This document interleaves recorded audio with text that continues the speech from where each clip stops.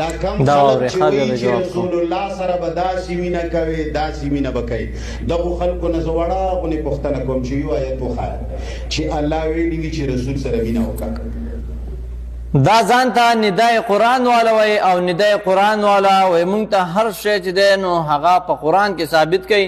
نو نن چې دی نو زه به دوی ته د قرآن حوالې ورکوم، دوی به ما ته جواب راکوي. ښه، اولنې سورې آل عمران صحیح شوه، درېیمه سپاره ده او سورې آل عمران او 31 نمبر حیات دی. ښه، قل إن كنتم تحبون الله فاتبعوني يحببكم الله ويغفر لكم ذنوبكم والله غفور رحيم. د دې نه څه مراد دی؟ صحیح ده.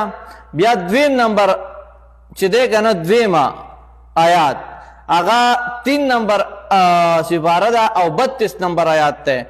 قل تورته ووایه پیغمبر صلی الله علیه وسلم اطیعوا الله، د الله رب عزت تابعداري وکړئ، والرسول او د چا تابعداري وکړئ؟ د پیغمبر مصطفی صلی الله علیه و آله وسلم تابعداري وکړئ. ښه، بیا چې دی دریم نمبر سورې نساء پاره چې دا څلورمه ده آیات چې دی 59 نمبر ده. یا ایها الذین آمنوا اطیعوا الله واطیعوا الرسول واولی الامر منکم.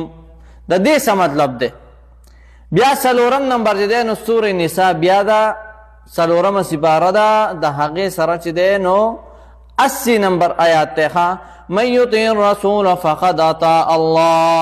د دې نه څه مراد دی قاري صاحبانو؟ پنځم حواله چې ده که نه پنځم د قرآن آیات فلا وربک لا یؤمنون حتی یحکموک فیما شجر بینهم.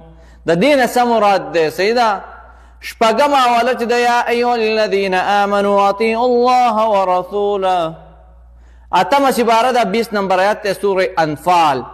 بیا دقه شانتې اوومه حواله چې ده که نه هغه ده اتمه سپاره ده سورې انفال لی او 24 نمبر آیات دی. استجیبوا لله وللرسول اذا دعاکم لما یحییکم. د دې څه مطلب دی قاري صاحب؟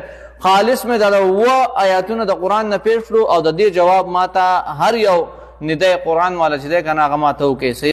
او دا مې واوره چې مجازي چې دی که نه مجازي نو د دنیا د مینه محبت پس واخلو. دا چې دی که نه یو سړی چې چا سره مینه محبت کوي د هغه چې دی نو تابعداري کوي. ښه، دغه رنګې مونږ د پیغمبر صلی الله علیه و آله وسلم سره مینه محبت کوو، مونږ به د هغوی تابعداري کوو. السلام علیکم ورحمت